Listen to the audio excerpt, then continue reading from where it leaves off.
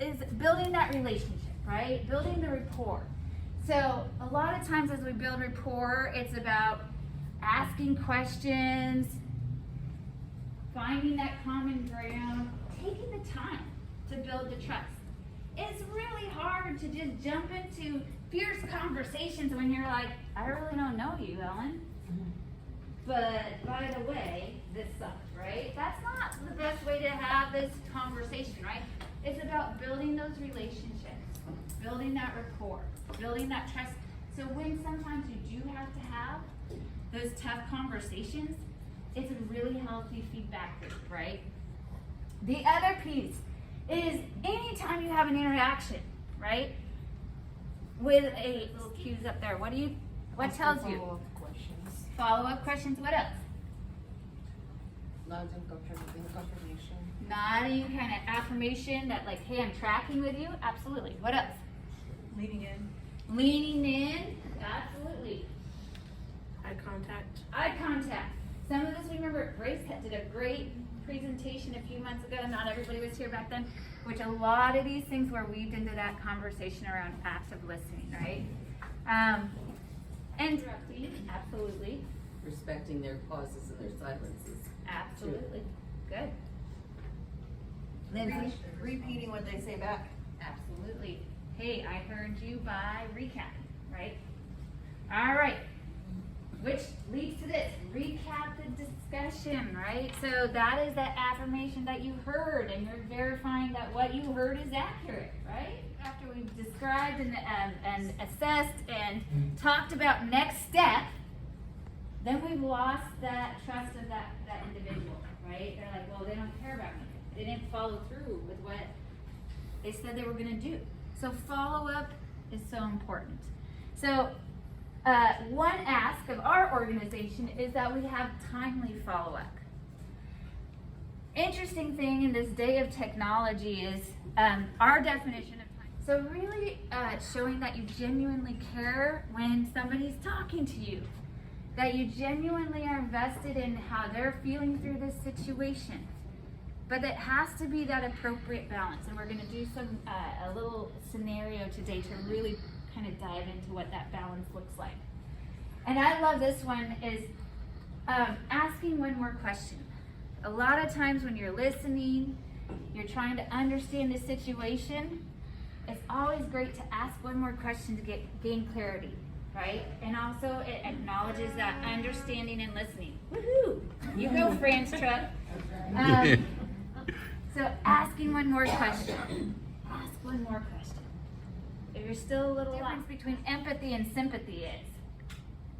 Sympathy is when you have been through the same thing and understand, and empathy is when you haven't necessarily but can still extend that same level of emotional intelligence to be able to support them. Okay, let's tweak it a little bit. Jody, you look like you have some thoughts. Sympathy comes from you as in you're feeling badly for them. And empathy means that you're actually putting yourself in their shoes and feeling what they feel in the situation. Ooh, I like that. Who Who kind of likes taking Gretchen's and taking a little further? Yeah, I feel like, does everybody agree with that? Sympathy, kind of it's like how I feel sad for you. So right? In that situation with empathy, a lot of times we go to common grounds like, okay, so maybe somebody discloses to you that they're homeless right now. And our instinct is like, oh, I've had that experience before. I'm going to share my experience of what it was like to be homeless to kind of maybe inspire them, right? So your intent may be great, but guess what it does for that poor little student? What's that?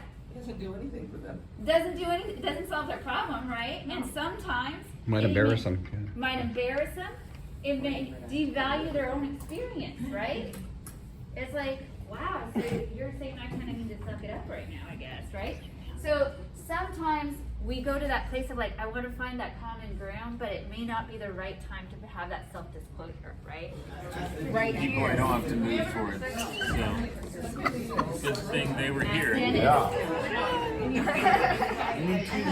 need more people over there. That's right. So, here's the situation. Go, Dennis. John comes by your office today and explains that he recently became homeless. He's living in his car with his dog. He has thoughts about hurting himself because he is not getting good grades in the PM program. As a military veteran, he's also suffering from PTSD. And due to his PTSD, he has flashbacks of losing his friend when he was deployed, and he blames himself. He's asking for advice about whether he should stay in the program. So, And had to live in your car, but not with an animal. During the conversation, you let John know that you recently lost a family member due to COVID. You encourage him to stay in the program, and you share that you feel sorry for him and what he is going through. You provide resources to him to help him overcome his challenges and refer him to the Suicide Crisis Hotline. You send him back to class shortly after the conversation. all right, so you had to maybe have a more empathetic lens with John also. Well, I don't have a student named John, so we just rotated. Okay. I just, So basically, we want to cut out our entire portion of that conversation Uh-huh. so that we're showing more empathy. yes. And then I think it's important to direct them to somebody like Student Affairs where they can get proper resources. And also as a follow-up question, maybe ask if they've reached out to any other sources. Have they talked to anything else about this that we can piggyback on? Awesome. I think there's also a part too when we can say like, although this is a struggle, this part is hard, this is temporary, Right. and we're gonna keep growing.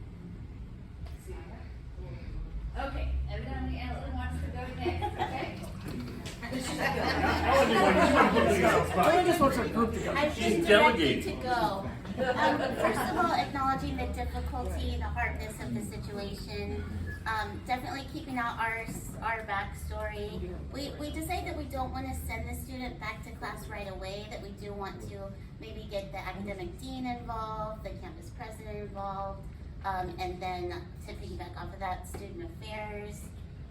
We would contact resources with him or for him, and follow up. We'll set a follow up in a few hours. Very good. Good additional content there. Jody raised her hand. So we have a few things. Well, first of all, like Leah said, acknowledging that this is difficult. This seems to be a very difficult situation. But the first thing is, what do you need? You know, how are you prioritizing what you need? What is immediate? What is long term? I was saying sometimes students have come to me with the whole list of all them, but in the end, they just want an extension till the next day. So really, what do you need right now? And then while you're thinking about if the program is for you or not because of these difficulties, let's make a long-term plan. Let's do that 24-hour check-in. Right. So what do you need now? And the other thing was about the dog. Is the dog there because they're caring for the dog and they feel it's the only thing they can do right? Or is that dog now become a burden that's just adding to the other burdens? Do we need to get resources for the dog as well as for the person? Is it safe? We do need to deal with the self-harm as well and discover whether it is a more immediate concern or if it's just my life seems hopeless, I should do something to harm myself rather than I'm literally walking out of here into traffic. Right. Those are our Perfect. points. Very good. And I love how you incorporated the dog into this conversation. Always. Appreciate that. All right, we still have Gerald's group, we still have Richard's group, and we have Bobby. Bobby's raising her hand though. She's ready to roll. Okay. Asking as an individual what can be helped and not just necessarily referring them to the resources that we have provided. Like Jody's group, asking specifically, asking if they've eaten for the day and their dog. Set up a plan, provide additional information, show and demonstrate active listening,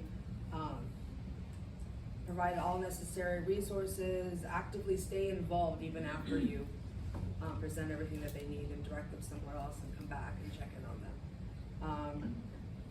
Make sure the individual survival needs are met. Just give me additional insight. It's pretty much the same stuff, just mostly don't be sharing all that stuff and actually listen to the person. And I ask them what they need because that's really gonna kind of guide the rest of the stuff. Everything else I say is pretty much the same as what's already been said. All right.